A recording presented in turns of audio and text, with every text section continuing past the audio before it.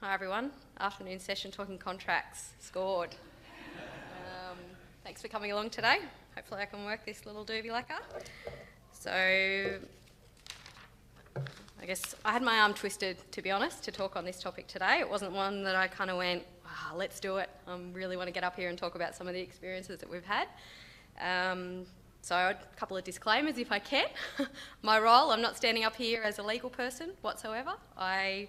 I act as the coordinator for our regional waste group, so I sit in that middle seat. Monkey in the middle is a pretty good description with how my role operates. I get feedback from so many different stakeholders and perspectives, and to try and make that work is really quite a challenge. And yeah, not standing here today to say, look at us, it's been fantastic, the outcomes have been great, or what we expected all the way through. It's probably just to walk you through some of the experiences that we've had and learn from it. It's probably the best that I can encourage you to do.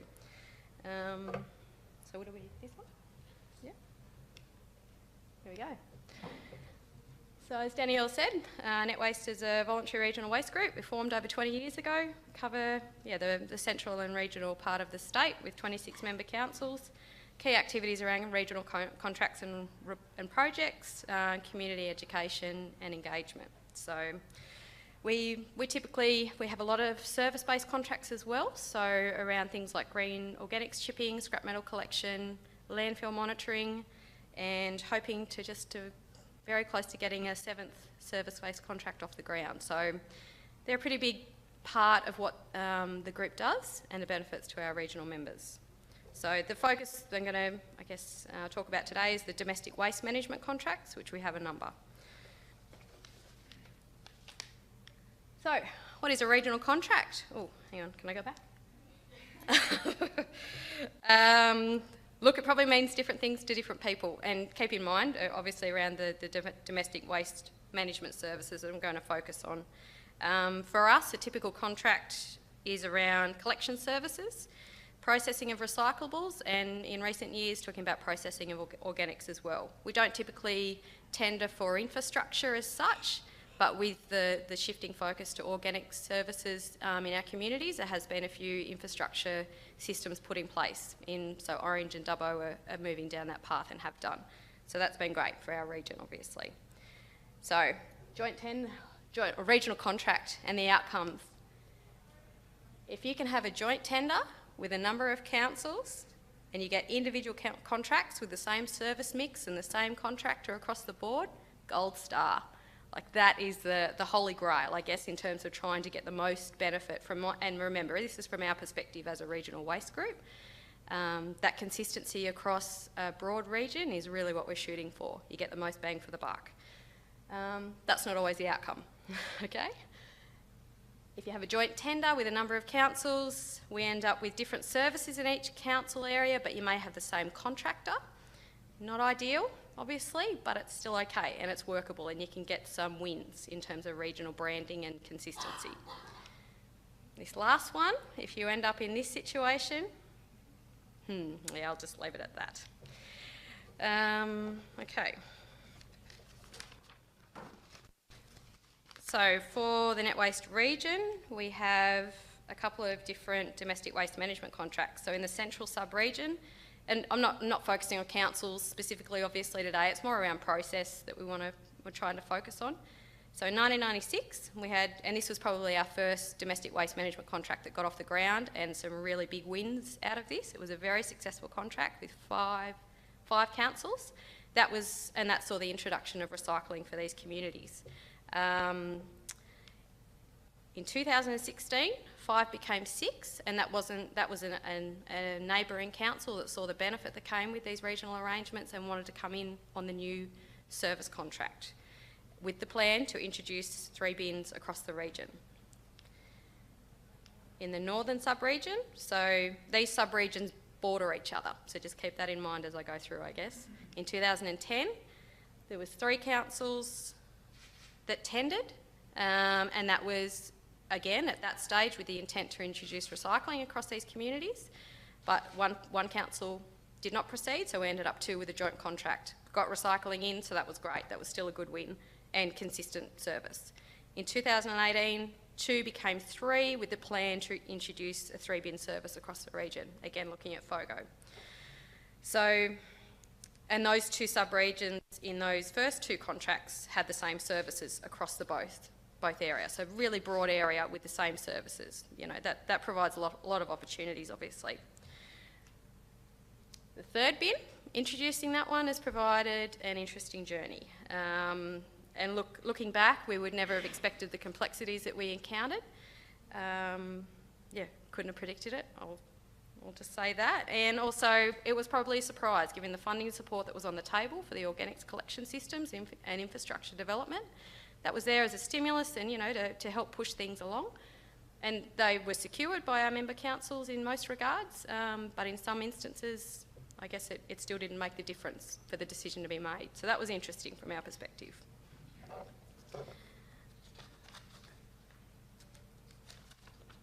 Okay, so what I want to focus on really is around the process, and that's what I thought might be most beneficial to the group listening here today. So it's really around, okay, if you're starting to consider to go down this path, and just some of the key things to consider. You need a lot of time. I can't overstate that enough. Don't underestimate it.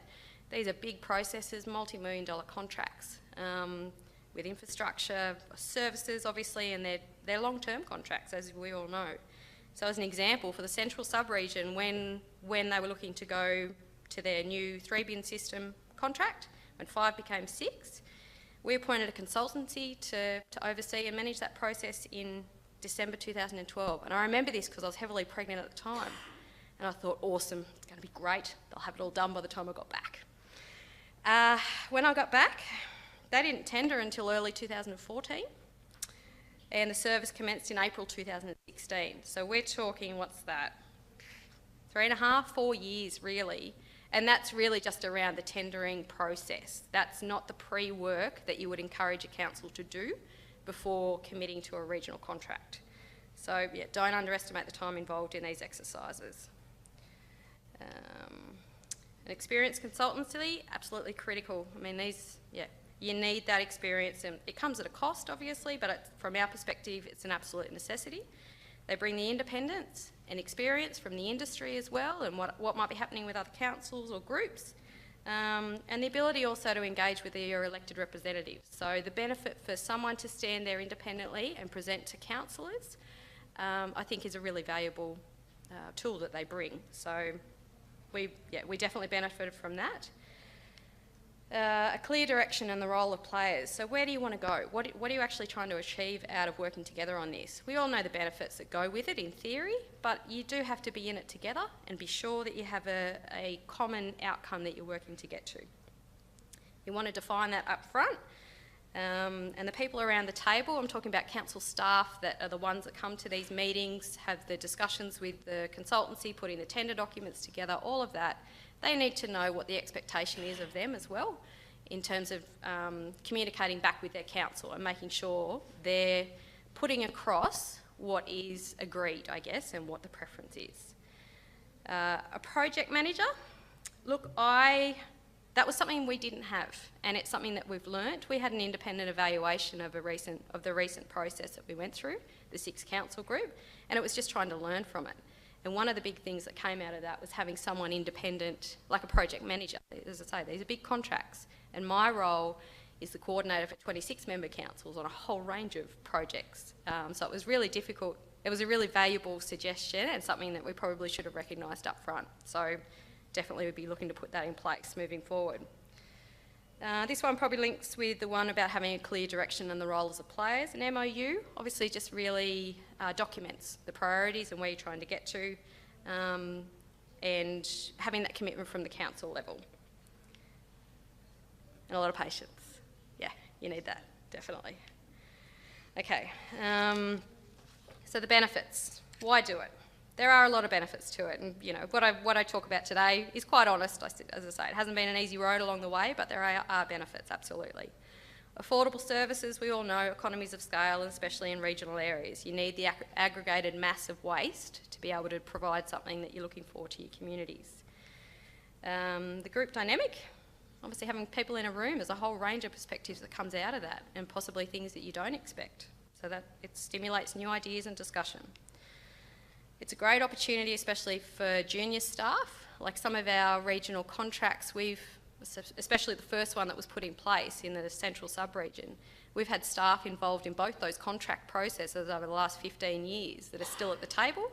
That's a really great knowledge base to be able to pass on to more junior council staff. Infrastructure establishment and employment. So we've had a MRF that was established originally in the initial days. That was in orange.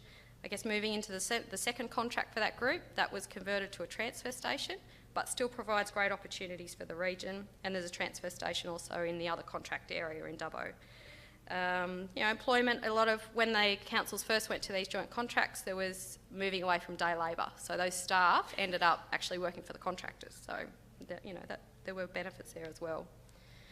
Everything I talked about before in terms of, the benefits come with consistent branding, call centres, educational rollout, all of those things are really, really valuable. And even having joint contract meetings, they're great as well. So this one was suggested by one of our key players, and it's probably one that's really emerged over recent years, the ability to be able to demonstrate this governance and probity that goes with these processes. We had probity advisors involved with all the ones that we've undertaken, and I'd recommend that definitely. As I say, the consistent branding and the regional education strategy delivery. We've got a NetWaste brand that's used across both our contract groups, which obviously provides a great opportunity for us as well. And Sue's going to say a couple of words for me in a minute if you want to jump up. And obviously, hopefully, consistent service mix across the region, but in some cases, maybe not. So if you want to jump up. So I did have a little clip where Sue was just talking about the benefits, but that didn't work, but we have it here today anyway, so I was just only for a minute you have me. So there's obvious benefits, of course, for these regional contracts, and the most obvious is the consistency of the message, and I can't stress that enough. Consistent messages out to our community to stop confusion. We want them to think about their behaviour, and we're hoping that they will change some of their behaviour. So if there's different messages coming from different regions, and as Kristy said, they're side by side, these councils. So if you've got mixed messages, it becomes really difficult for the community to work out just what it is that you're asking them to do. There's also opportunity to save some money. So if you're developing resources on a regional basis, there's potential to save some money. And finally, I just want to say, if you've got a consistent message, you can also be a little more strategic about groups within your community that you target. And I think that that's not going to happen if you don't have that consistency. So, consistency. Thanks, Sue.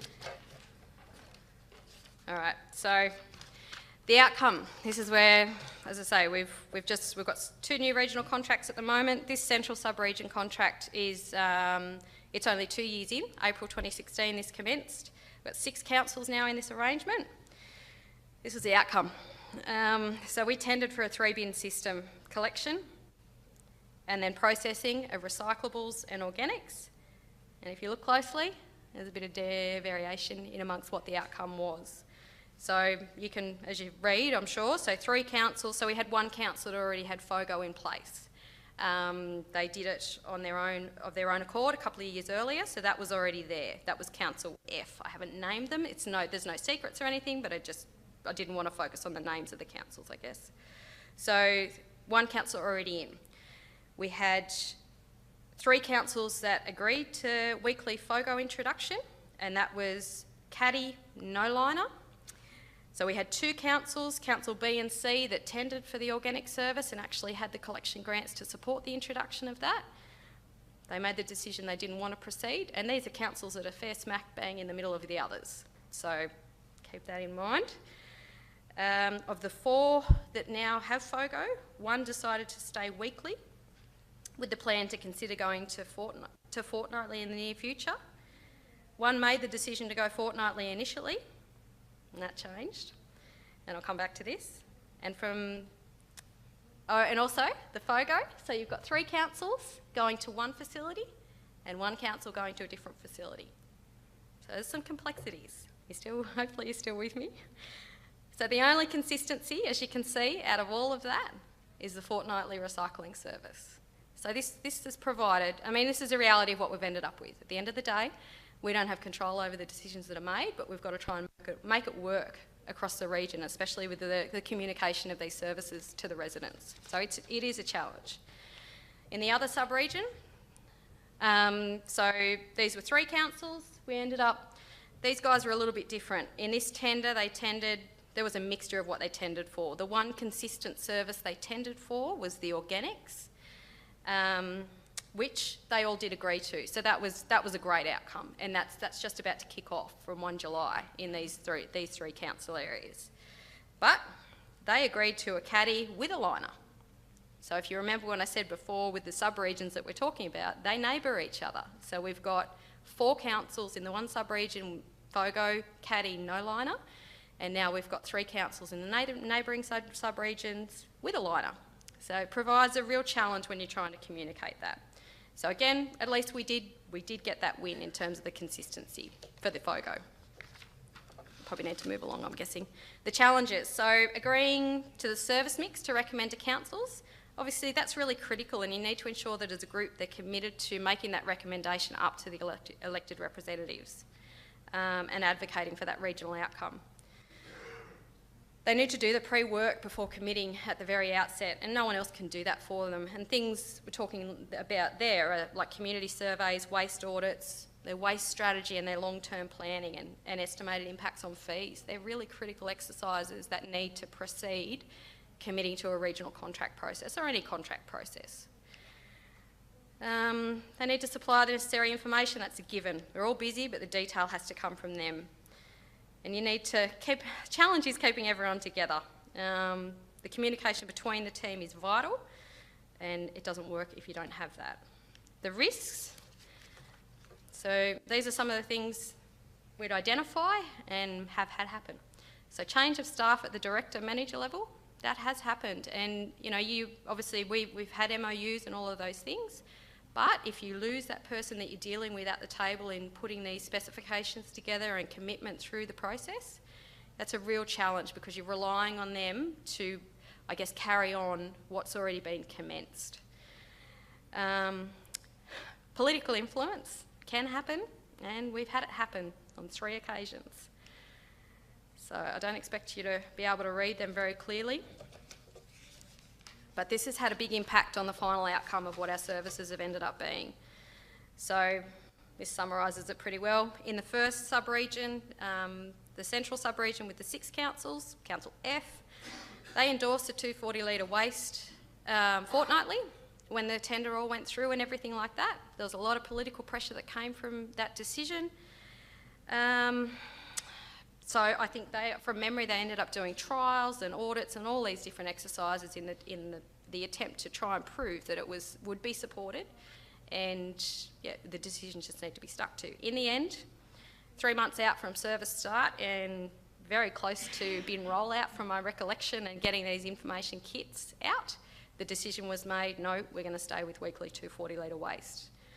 That happened. Council G, Council I, they're both in the northern sub-region group. The middle one there, it was an amalgamated council. They endorsed the fortnightly 240 litre waste when it all went straight through, but that was under an administrator. So when the election campaign happened and councillors, I guess, making their voices heard on what they will do for their communities, there was one in particular that the platform was based on ban the bin, and that was ban the FOGO bin. In the end, the outcome was they couldn't ban the bin. That ended up not happening. But they reverted back to a weekly 140 litre waste service. So that's different again. Most of the weekly services for waste are still 240 litre, but they've now got a 140 litre.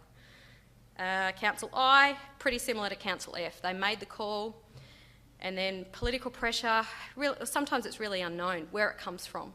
And I guess the challenge with that is council staff all along the way have put a lot of work into these decisions and recommendations, and we've done briefings and all of those sorts of things. It's, I guess, there is frustration that some of the times those decisions don't hold, and that's the reality. Anyway, so you finally have a contract. All I could say from here is, things to look to put in place. Joint contract meetings are really valuable exercises, establishing good relationship with the contractor and that communication both ways, it's really important. At the end of the day, we've found that people adjust to the new services and they become the norm. Like really, with the FOGO introduction or the councils that did introduce the fortnightly waste service, there hasn't been the backlash that I guess some people might expect or try and argue. We haven't found that. So, but I think that's come down to a really comprehensive communication and getting the right messages out there.